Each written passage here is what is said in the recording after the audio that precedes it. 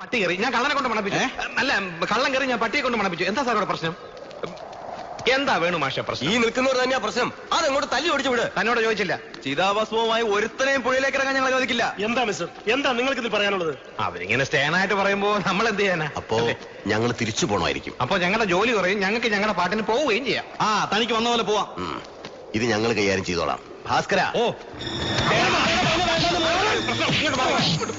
ഒരു സംഘർഷം ഒഴിവാക്കുന്നല്ലേ നല്ലത്. താൻ തന്നെ പാട്ടിൽ പോടോ. എന്നാ പിന്നെ വാസുദേവ നിന്റെ പിള്ളേരെ കൂടെ വിളിക്ക്. എല്ലാരും വരണ. നിൽക്കട്ടെ. കയ്യൂക്കിന്റെ ബലത്തിലാണ് മുന്നോട്ട് പോകാൻ ഉദ്ദേശിക്കുന്നതെങ്കിൽ ഞങ്ങൾക്കൊരാളോടൊന്ന് സംസാരിക്കണം. ആരോ ഒരുത്തൻ നിന്റെയൊക്കെ പിന്നിലുണ്ടെന്ന് ഊഹിച്ചിരുന്നു. എവിടെയാവൻ? വിളിക്കേ. വിളിക്കാലോ. പക്ഷെ ആ വിശ്വരൂപം കണ്ട് ഞെട്ടരുത്. അതേതാടാ ആ അവതാരം? അവതാരപ്പിറവികളുടെ മുഴുവൻ രൗദ്രഭാവം ആവാഹിച്ച ഈ മൂർത്തിക്ക് ഇപ്പൊ പേര് നരസിംഹം എന്നാണ്. കാണ്.